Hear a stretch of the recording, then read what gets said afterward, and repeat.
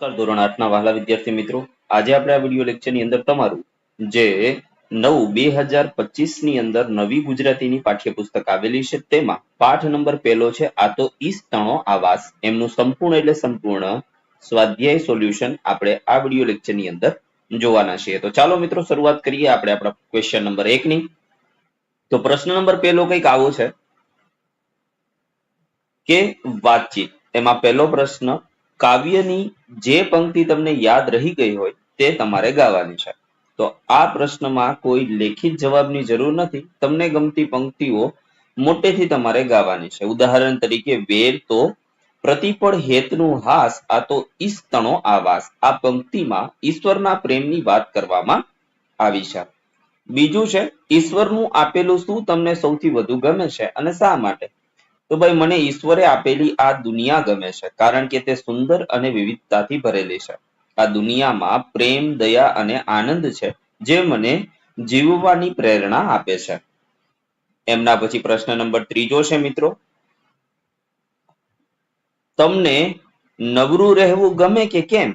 તો એનો જવાબ આવશે કે મને ક્યારેય નવરું રહેવું ગમતું નથી, કારણ કે નવરાશમાં મન વિચલિત થાય છે. કંઈક કામ કરવાથી મન શાંત અને પ્રસન્ન રહે છે. ચોથું છે, નવરાશના સમયમાં તમે શું શું કરવું ગમે?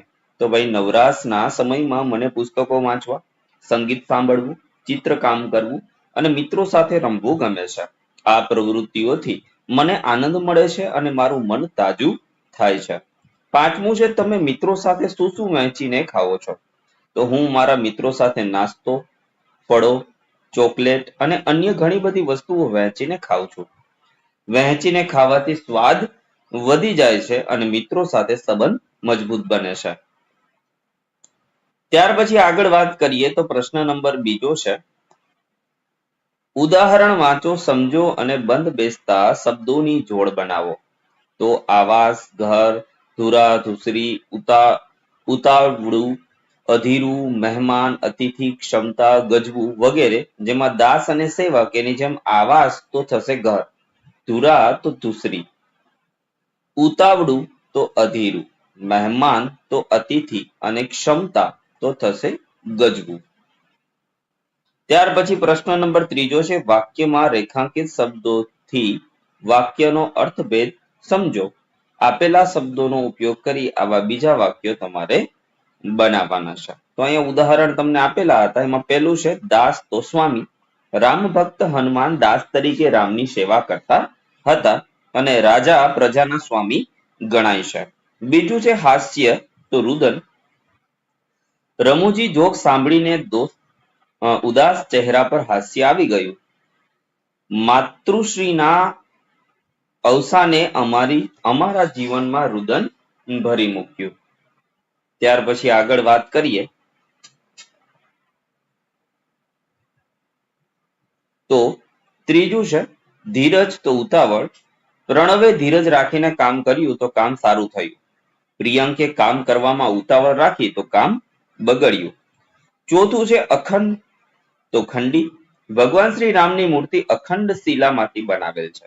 ભગવાનની ખંડિત મૂર્તિને મંદિરમાં ન રાખવી જોઈએ.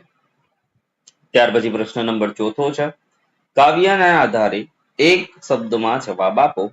કોણ સ્વામી કે દાસ નથી? તો એમાં આવશે માણસ. આનંદથી શું ખાવાનું છે?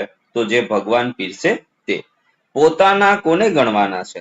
તો ઈશ્વરના જનને. પ્રત્યેક ક્ષણે હેતનું શું વેરવાનું છે? તો હાસ વેરવાની છે. ત્યાર પછી અખંડ શું ચાલે છે? તો બ્રહ્મ સિચોડો. શક્તિ મુજબ શું ઉપાડવાનું છે? તો ધોસરી. સૌ સાથે શું વહેંચીને ખાવાનું છે? તો રામની દીધેલી રોટલી. અમૃત જેવું શું છે? તો સુધા સમાન છાસ. ત્યાર પછી પ્રશ્ન નંબર 5 છે, આ કાવ્યનું સમૂહ ગાન કરવાનું છે. નોંધ છે, તમારા વર્ગ શિક્ષક અથવા વિષય શિક્ષક જે રીતે ગાયન કરાવે તે રીતે તમારે સમૂહ ગાયન કરવાનું છે. છઠ્ઠો પ્રશ્ન છે, આપેલા શબ્દોનો અર્થ દર્શાવતી કાવ્ય પંક્તિ શોધીને તમારે લખવાની છે. ઉદાહરણ તરીકે, જગત આ તો ઈશ તણો આવાસ. સંતોષ, સંભાવ, પ્રવૃત્તિ, ધીરજ અને સંપ આ બધા માટે આપણે કરવાનું છે. તો સંતોષની વાત કરીએ તો એ પીરસે તે ખાતું રસથી ને એ આપે તે લે. સમભાવ એના જનને તારા ગણીને પ્રવૃત્તિ તું નવરો નવ રહેજે વહેજે ધીરજ એ રાખે તેમ રહેજે સમ સૌ સાથે વહેંચીને ખાજે. ત્યાર પછી પ્રશ્ન નંબર 7 છે. આપેલા ભાવાર્થને લાગુ પડતી પંક્તિ કાવ્યમાંથી શોધીને લખવાની છે. જેમાં પહેલું તું એનો આમંત્રિત મહેમાન છે, તો એમાં આવશે તું આમંત્રિત અતિથિ એનો. બીજું આ તો ઈશ્વરનું ઘર છે, તો આ તો ઈષ્ટનો આવાસ. ત્રીજું એના માણસોને તું પોતાના સમજ એના જનને તારા ગણીને ચાલ. ચોથું તું હંમેશા કામ કરતો જ રહેજે તું નવરો નવ રહેજે વહેજે. પાંચમું કામમાં કોઈ કસર ન રાખવી જોઈએ, તો કામમાં ના આવે કદી કચાસ. પ્રશ્ન નંબર 8મો છે. એમનો જવાબ લખીએ તે પહેલા એક નાનકડી વાત કે જો તમને વિડીયો લેક્ચર પસંદ પડ્યો હોય તો પ્લીઝ લાઈક કરી દેજો, સાથે સાથે તમારા મિત્રો સાથે શેર કરી દેજો અને આપણી ચેનલને સબસ્ક્રાઇબ કરવાનું ચૂકશો નહીં. તો પ્રશ્નોનો જવાબ લખવાના છે. જેમાં પહેલું ઈષ્ટનો આવાસ શાને કહ્યો છે અને સાથી, તો ઈષ્ટનો આવાસ જગતને કહ્યો છે, કારણ કે આ દુનિયા ઈશ્વર દ્વારા બનાવેલી છે અને આપણે તેના મહેમાન છીએ. બીજું ઈશ્વરની કઈ કૃપાની વાત કરી છે, તો ઈશ્વરની કૃપાની વાત એ કરી છે તે આપણને બધું પીરસે છે અને આપે છે, આપણે તેનો આનંદથી સ્વીકાર કરવો જોઈએ. ત્રીજું ઈશ્વર પીરસે તે રસથી ખાવાનું સાથી કહ્યું હશે, તો ઈશ્વર જે આપે છે તે પ્રેમથી અને આભારથી સ્વીકારવું જોઈએ, કારણ કે આ સૃષ્ટિનો માલિક એ ઈશ્વર છે અને આપણે માત્ર મહેમાન છીએ. ચોથું કામ કરવા બાબતે શું કહ્યું છે, તો કામ કરવા બાબતે કહ્યું છે કે નવરા ન બેસવું, હંમેશા કાર્યરત રહેવું અને પોતાની ક્ષમતા પ્રમાણે કામ કરવું. પાંચમું છે વહેંચીને ખાવાનું સાથી કહ્યું છે, તો વહેંચીને ખાવાનું એટલે આપણે સાથે મળીને પ્રેમથી ભોજન કરવાનું એવું કહ્યું છે, કારણ કે તેમનાથી સંપ અને પ્રેમ વધે છે. છઠ્ઠું છાસને શુદ્ધા જેવી કેમ કહી છે, તો છાસને શુદ્ધા જેવી એટલા માટે કહી છે કારણ કે તે અમૃત સમાન છે, જે જીવન આપે છે અને તૃપ્તિનો અનુભવ કરાવે છે. ત્યાર પછી પ્રશ્ન નંબર 9 છે. કવિતાને આગળ વધારો સ્વરચિત પંક્તિઓનો ઉમેરો કરો.